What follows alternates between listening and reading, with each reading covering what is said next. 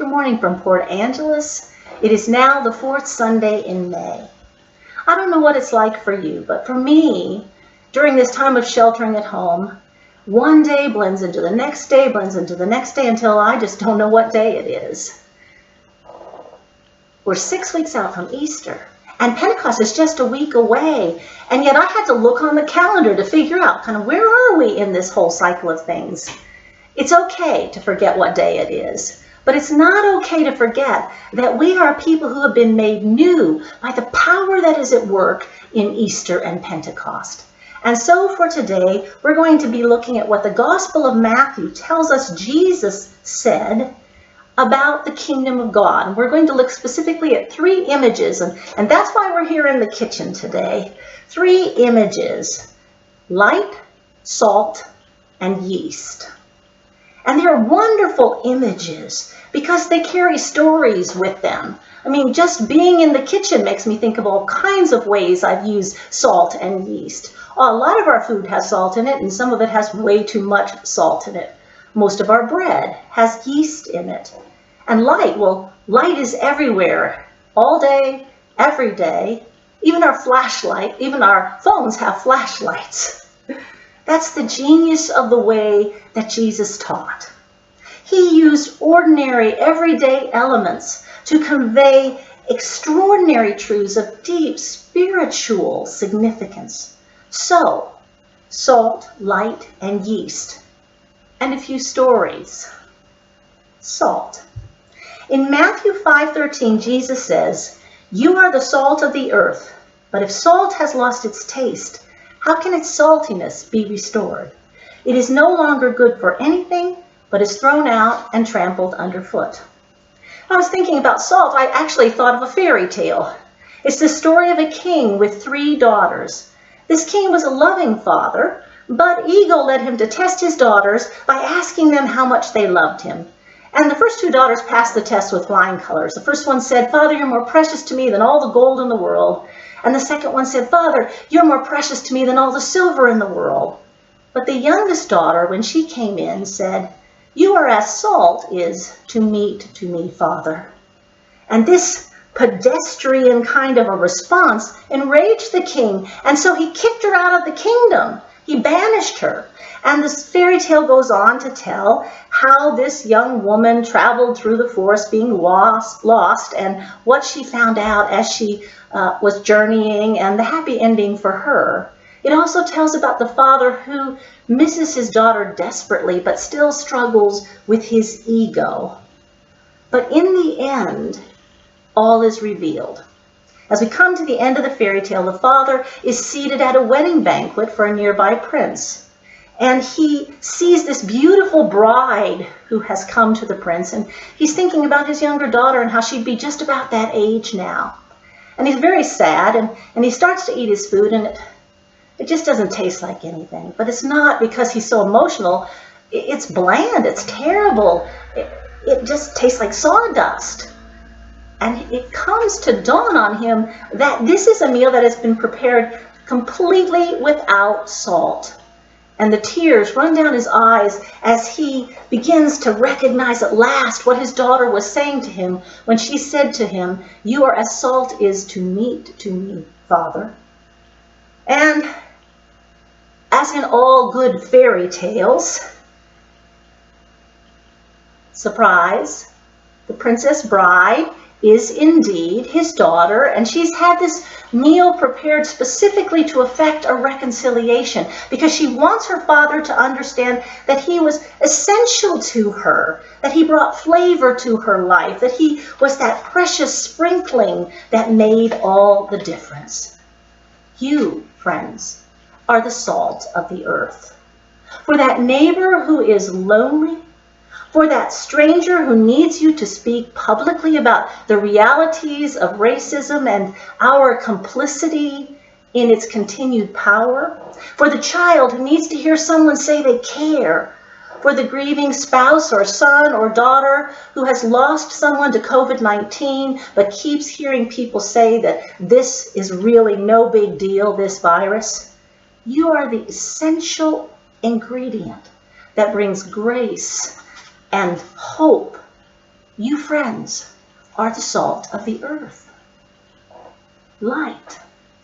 Matthew says in 5:14-16 that Jesus told his disciples, you are the light of the world. A city built on a hill cannot be hid. No one, after lighting a lamp, puts it under a bushel basket, but on a lampstand, and it gives light to all those in the house. In the same way, Jesus says, let your light shine before others so that they might see your good works and give glory to your Father in heaven. One of the Facebook groups that I belong to, a woman told a wonderful story about light just a couple of weeks ago. Her family was poor when she was growing up, and from the time she was about 12 years old on, up until she went to graduate school, she cleaned houses and offices in order to help her family make ends meet.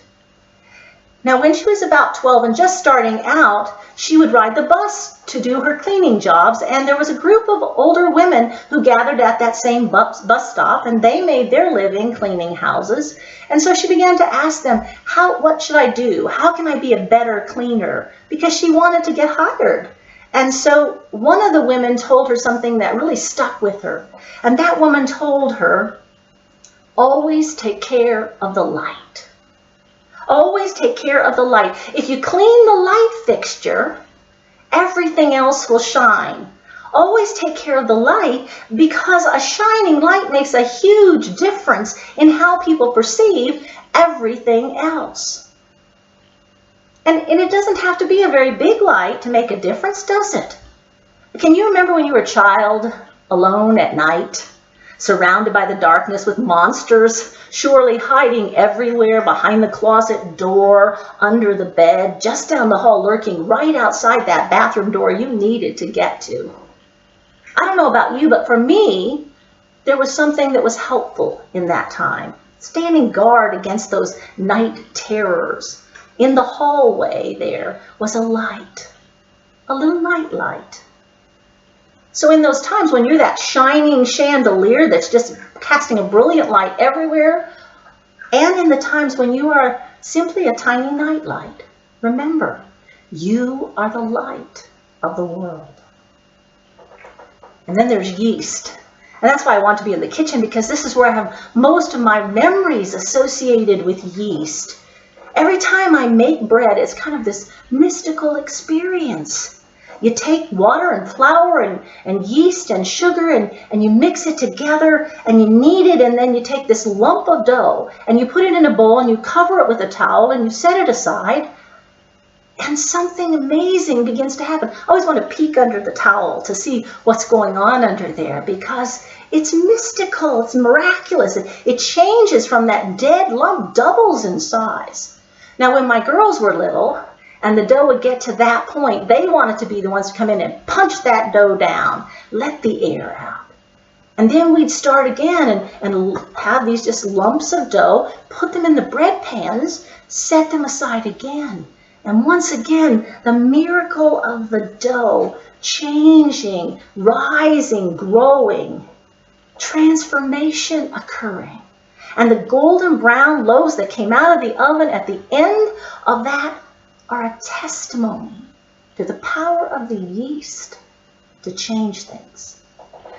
Matthew 13:33 says, the kingdom of heaven is like yeast that a woman took and mixed into a large amount of flour until it worked all through the dough.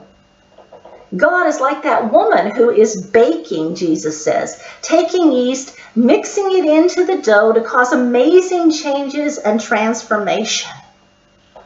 And that baker woman God is leavening our world with grace and forgiveness and love and power, bringing the reality of the kingdom of heaven into our everyday lives. Those lives where cats jump up on the refrigerator and kitchen counters get very dirty.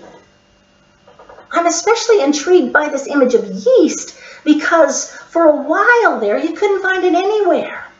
I mean, all over social media, people were lamenting that they couldn't find yeast in their grocery stores. They couldn't even find yeast on Amazon.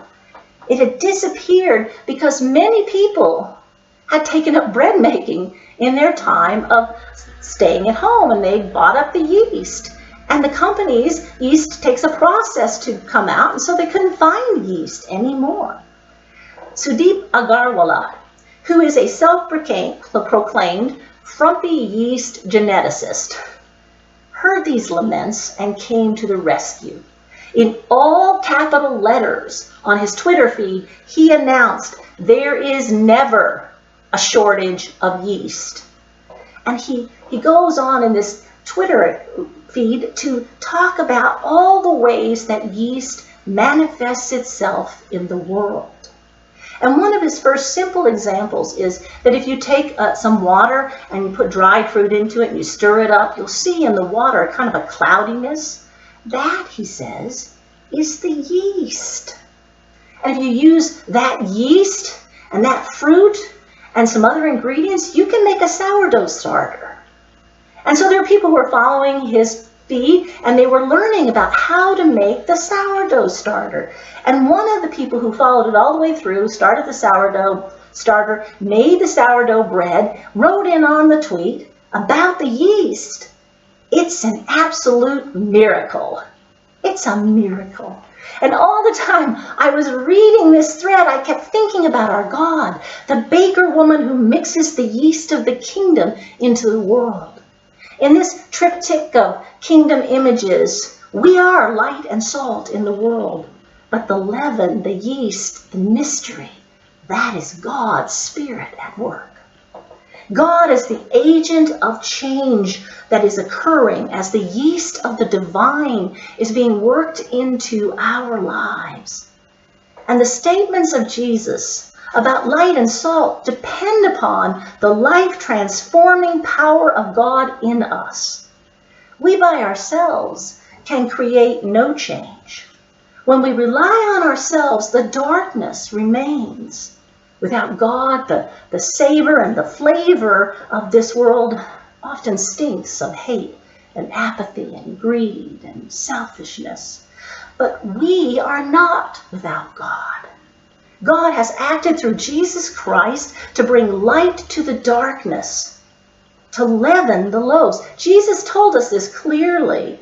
I am the light of the world, Jesus said. Whoever follows me will never walk in darkness, but will have the light of life. That means that you and I are blessed with this joy, this miracle, that there is never a shortage of God's yeast in this world.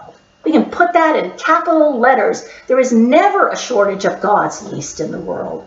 Hold on to that truth, that our baker woman God is always at work, empowering us to be the shiny, salty selves that we were created to be, and to be bold. So be salt and light as you think about ways to approach the future. We have an opportunity to create a new normal in our world, not only in our personal lives, but in the communities and the country where we live. So think about the ways that you would like to see this new reality, this new normal, respond to the needs of creation and animals and humans with thoughtfulness and creativity. Think about your core values. Think about your portable theology and how you might be a part of reshaping the community in which you live so that it reflects those core values. Stay salty, because salt that doesn't preserve, salt that doesn't make people thirsty for God, salt that doesn't flavor and transform, salt that is not at work doesn't have much value. We must be salty. Salty enough for people to think that life tastes better when they're around us. Salty enough to preserve people's dignity and stand against the decaying effects of tribalism and fear-induced anger. Stay salty and be light bearers. Light that is dimmed, light that doesn't say somebody is home to folks who are looking for a welcome, that is doing its job as a light. We are to shine. And those lit with the light of Christ need to pursue justice, need to live mercy, because these are dark times. And shining a light is important. Shining a light on how refugees and immigrants are being treated in our country. Shine that light when someone is targeted or killed because of the color of their skin. Shine a light when someone is targeted because of their sexual orientation or their gender identity. Shine the light of Christ and do not look away no matter how painful it is. But work to change the system that dehumanizes others because of their faith or color or culture or country of origin. Keep those not only in your actions but in your prayers. In this pandemic, people sometimes feel confused, alone, angry, fearful. They're uncertain of the future. And sometimes those people are us. God calls us into community precisely because we cannot do this alone. We need each other. In the times when we are energetically supporting each other in spirit-filled lives and just feeling so joyful, and in those times when one of us feels like that burnt out light on the string of Christmas tree lights, just dead in the water while everything else seems to be shining and glittery all around them. We need each other. But thanks to the yeast of God that is working in and around and through us, we have real hope to offer in this broken world. So now is no time for timidity. Be bold, support each other, serve together as a faith community, be the chandelier and the nightlight. Be the salt that the world needs, and trust the God who is working that powerful yeast of love and grace into your lives and into this world.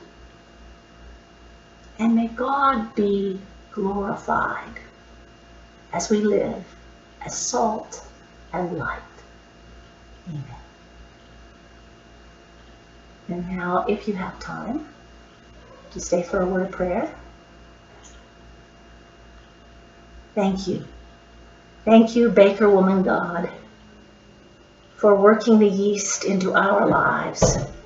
Thank you for the wonderful gift that you have given us in Christmas and Easter and Pentecost. And thank you for the ways in which you have given us the opportunity to serve you as salt and light in this world. Give us strength. Help us to be there for each other, and help us to glorify you in what we say and do. Amen.